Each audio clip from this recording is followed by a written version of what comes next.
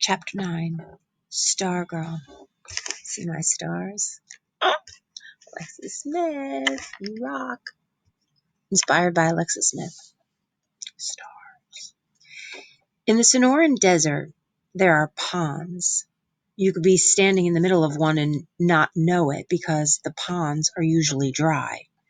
Nor would you know that inches below your feet, frogs are sleeping.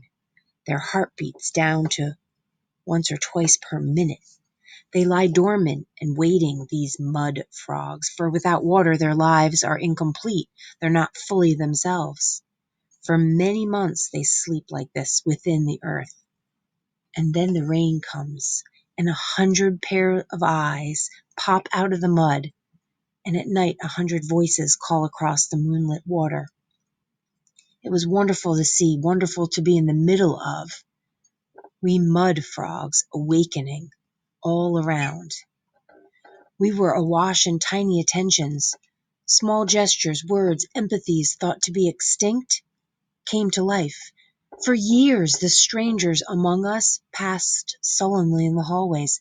Now we looked, we nodded, we smiled. If someone got an A, others celebrated too. If someone sprained an ankle, others felt the pain. We discovered the color of each other's eyes.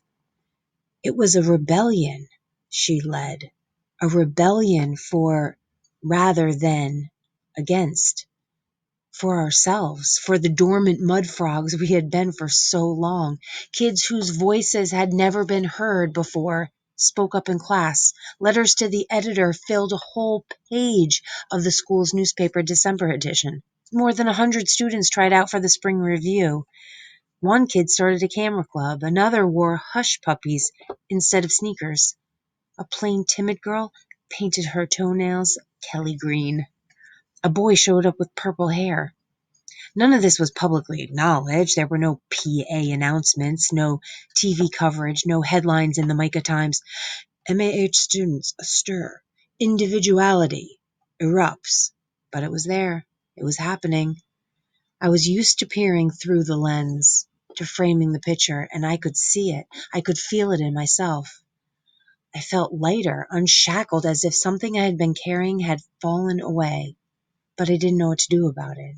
There was no direction to my liberation. I had no urge to color my hair or trash my sneakers, so I just enjoyed the feeling and watched the once amorphous student body separate itself into hundreds of individuals. The pronoun we itself seemed to crack and drift apart in pieces. Ironically, as we discovered and distinguished ourselves, a new collective came into being. This vitality, a presence, a spirit that had not been there before. It echoed from the rafters in the gym. Go, electrons! It sparked in the water fountains. At the holiday assembly, the words of the alma mater had wings. It's like a miracle, I gushed to Archie one day. He stood on the edge of his back porch. He didn't turn. He pulled the pipe slowly from between his lips. He spoke as if to Senor Saguro or to the blazing mountains beyond. Best hope it's not. Trouble with miracles is they don't last long. And the trouble with bad times is you can't sleep through them. It was a golden age, those few weeks in December and January. How could I know that when the end came, I would be in the middle of it?